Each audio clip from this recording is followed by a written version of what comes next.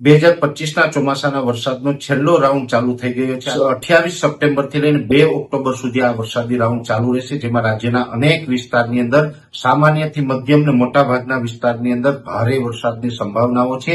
અનેક જગ્યાએ 2 થી 5 ઇંચ તો કોઈ જગ્યાએ 5 ઇંચ કરતા પણ વધુ વરસાદ વરસી શકે છે. જેમાં ખાસ કરીને જોવા જઈએ તો બંગાળની ખાડીનું જે સાયક્લોનિક સર્ક્યુલેશન હતું એ પશ્ચિમ દિશામાં ગતિ કર્યું અને એ સાયક્લોનિક સર્ક્યુલેશન ગઈકાલે મહારાષ્ટ્ર ઉપર આવીને મજબૂત બનીને લો પ્રેશર બન્યું હતું. એ લગભગ હવે આવનારા 24 કલાકની અંદર મુંબઈ આસપાસ આવીને ડિપ્રેશન બની શકે છે. એટલે કે હજુ પણ આ સિસ્ટમ છે મજબૂત બની શકે છે.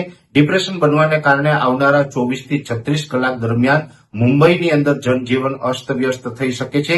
મુંબઈની અંદર ભારેથી અતિ ભારે વરસાદ નોંધાય તેવી શક્યતાઓ છે. અને હવે આજે 28 સપ્ટેમ્બરથી ગુજરાતના પણ અમુક વિસ્તારની અંદર વરસાદની શરૂઆત થઈ છે, જેમાં સૌરાષ્ટ્રના વિસ્તારો અને દક્ષિણ ગુજરાતની અંદર વરસાદની શરૂઆત થઈ છે. હવે આ જે સિસ્ટમ છે એ મુંબઈ ઉપર થઈ અને દક્ષિણ ગુજરાત ત્યારબાદ સૌરાષ્ટ્ર ઉપર થઈને અરબ સાગરમાં પશ્ચિમ દિશામાં આગળ જવાની છે, જેની અંદર આજે 28 તારીખથી લઈને 2 ઓક્ટોબર વચ્ચે જે વરસાદ નોંધાશે, જેની અંદર સૌથી વધુ તીવ્રતા છે દક્ષિણ ગુજરાતની અંદર જોવા મળશે, જેમાં ભરૂચ, અંકલેશ્વર, રાજપીપળા, સુરત, વલસાડ, વાપી, બારડોલી, બિલીમોરા, ડાંગ આ તમામ જે વિસ્તારો છે તમામ વિસ્તારની અંદર 3 થી 5 ઇંચ અને અમુક વિસ્તારમાં 5 થી 10 ઇંચ સુધીના વરસાદ વરસી શકે છે. અને એ સાથે સમગ્ર રાજ્યની અંદર આ વરસાદ દરમિયાન પવનની ઝડપ પણ વધી જશે. અત્યારે જે નોર્મલ પવનની ઝડપ છે એ વધી અને વરસાદ જે વિસ્તારમાં હશે એ વિસ્તારમાં 40 થી લઈને 50 કિલોમીટર પ્રતિ કલાકની ઝડપે પવન ફૂંકાશે. દક્ષિણ ગુજરાતમાં પણ પવન સાથે વરસાદની શક્યતાઓ છે. સૌરાષ્ટ્રની અંદર વાત કરવા જઈએ તો ભાવનગર, અમરેલી, ગીર સોમનાથ અને જુનાગઢ જેવા વિસ્તારની અંદર 2 થી લઈને 3 ઇંચ અને 1-2 સેન્ટરમાં 5 ઇંચ સુધીનો વરસાદ વરસી શકે છે. બોટાદ, મોરબી, સુરેન્દ્રનગર અને રાજકોટ જેવા વિસ્તાર છે તેમાં પણ હળવાથી સામાન્ય અને 1-2 જગ્યાએ મધ્યમ વરસાદ વરસે, એટલે 1 થી લઈને 2 ઇંચ સુધીના વરસાદ ત્યાં વરસી શકે છે. પશ્ચિમ સૌરાષ્ટ્રમાં દ્વારકા, જામનગર, પોરબંદર જેવા વિસ્તારની અંદર પણ 1 થી 2 ઇંચ સુધીના વરસાદની શક્યતાઓ છે.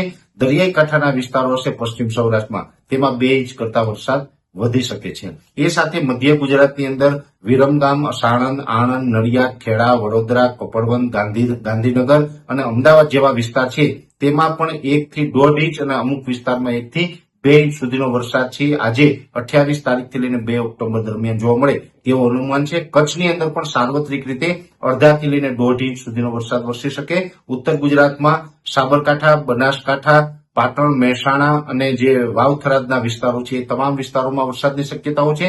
ખાસ કરીને ઉત્તર ગુજરાતમાં થોડીક તીવ્રતા ઓછી હશે. એમાં પણ સૌથી ઓછી તીવ્રતા છે અરવલ્લી અને સાબરકાંઠા જિલ્લામાં જોવા મળે તેવી શક્યતાઓ છે.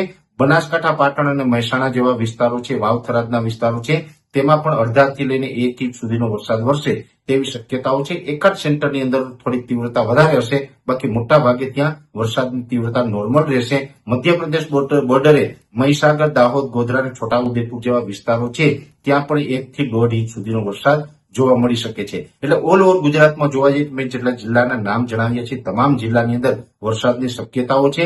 ખાસ કરીને દક્ષિણ ગુજરાતની અંદર સૌથી વધુ તીવ્રતા જોવા મળશે અને બીજા નંબર ઉપર હશે સૌરાષ્ટ્રના ભાગો. અને આ વરસાદ છે એ જે વિસ્તારોની અંદર હશે ત્યાં ગાજવીજ અને ભારે પવન સાથે તોફાની વરસાદ જોવા મળે તેવું અનુમાન છે.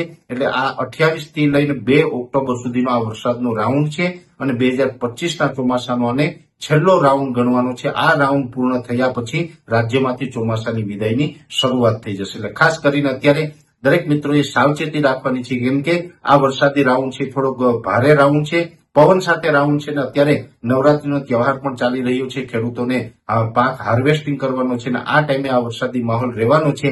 આજથી લઈ અને દશેરા સુધી હવે કન્ટિન્યુ નવરાત્રી પૂર્ણ થાય ત્યાં સુધી આ વરસાદી માહોલ જોવા મળે તેવું એક હાલ અમારું અનુમાન છે.